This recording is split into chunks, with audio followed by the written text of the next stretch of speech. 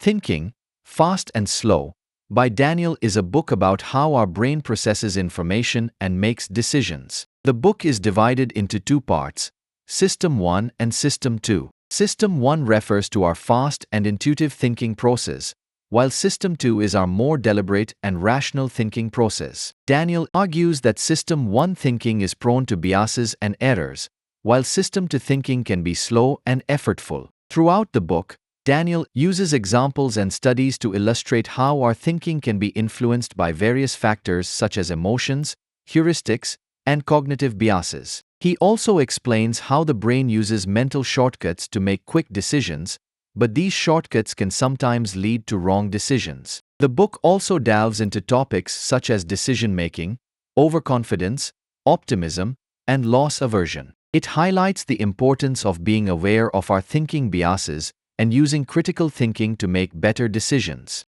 Overall, Thinking, Fast and Slow, is a fascinating exploration of the human mind and how we make decisions. It provides insights into the flaws in our thinking process and offers practical tools to improve our decision-making skills. Key ideas.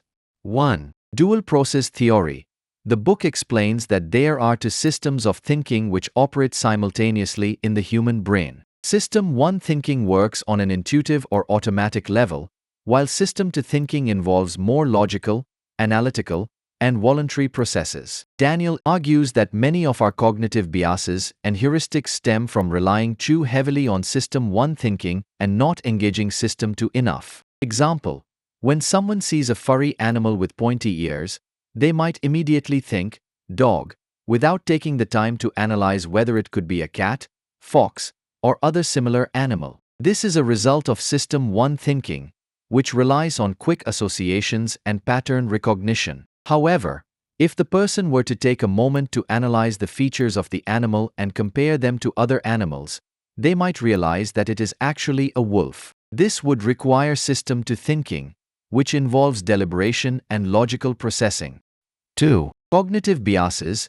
Daniel introduces the concept of cognitive biases, which are systematic errors in thinking and judgment that can lead to irrational decision-making. These biases are a result of the limitations of our cognitive abilities, as the brain must use shortcuts or heuristics to make decisions quickly and efficiently. Example: the confirmation bias is a cognitive bias in which people tend to look for and interpret information that confirms their existing beliefs or values. This can lead to a distorted perception of reality and a failure to consider alternative viewpoints. For example, a business owner who has always believed that social media marketing is ineffective might ignore evidence to the contrary because it contradicts their existing belief. 3. Prospect theory.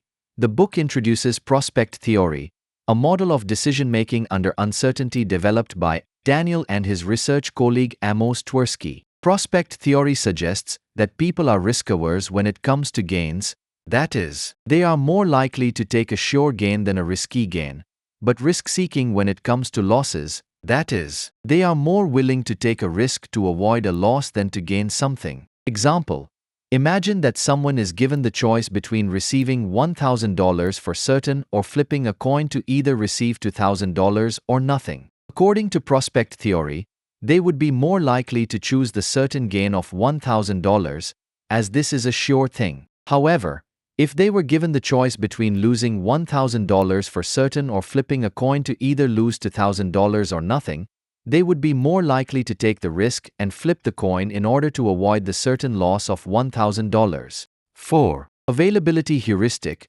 The availability heuristic is a cognitive bias in which people make judgments or decisions based on the information that is most easily accessible or readily available in their minds. This can lead to overestimations of the likelihood of events that are rare but highly publicized, that is, airplane crashes, and underestimations of the likelihood of events that are common but less salient, that is, car accidents. Example: if someone is asked to estimate the likelihood of dying in an airplane crash versus a car accident, they might use the availability heuristic and overestimate the likelihood of the former because they hear about airplane crashes in the news more often. However, in reality, the likelihood of dying in a car accident is much higher than in an airplane crash. 5. Anchoring effect.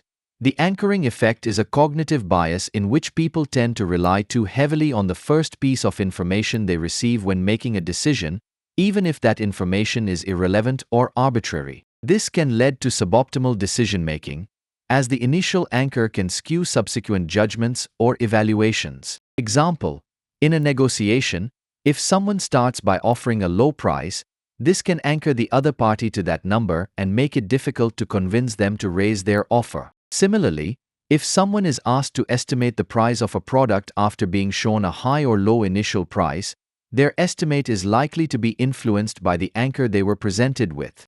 Quotes.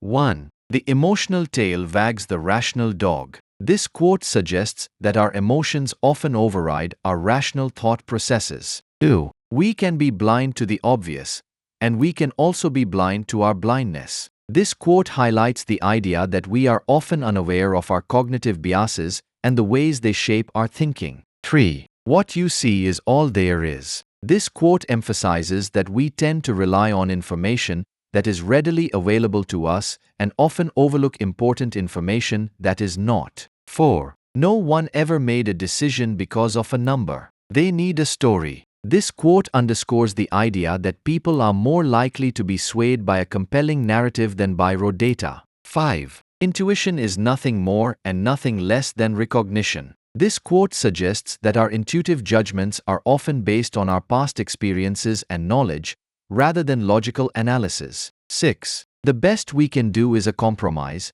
Learn to recognize situations in which mistakes are likely and try harder to avoid significant mistakes when the stakes are high. This quote serves as a reminder that while we can never eliminate all mistakes from our decision-making, we can strive to minimize their impact by being more aware of our cognitive biases and trying to make more deliberate, thoughtful choices. Action items. 1. Understand the two systems of thinking. The first piece of advice that the book offers is to understand the two systems of thinking that the human mind uses. The first system is intuitive, fast, and automatic. The second system is deliberate, slow, and effortful. 2. Be aware of cognitive biases. The book then recommends being aware of cognitive biases that can affect our decision-making processes. These biases include overconfidence, confirmation bias, and the availability heuristic. 3. Practice self-control. The book recommends practicing self-control to avoid impulsivity and to make better decisions. This can involve taking a pause before making a decision, considering potential consequences, and avoiding emotional responses. 4. Use decision-making strategies. The book also suggests using decision-making strategies such as dividing complex problems into smaller pieces, weighing potential outcomes, and considering multiple perspectives. 5. Monitor emotional states. The book advises monitoring our emotional states to make better decisions. Negative emotions such as anxiety, stress, and fear can impair our decision-making abilities, and positive emotions such as happiness, contentment, and satisfaction can enhance them. 6. Seek feedback. Lastly, the book advises seeking feedback on our decisions. This can involve asking for opinions from others, reflecting on past decisions, and considering how we might improve our decision-making processes in the future.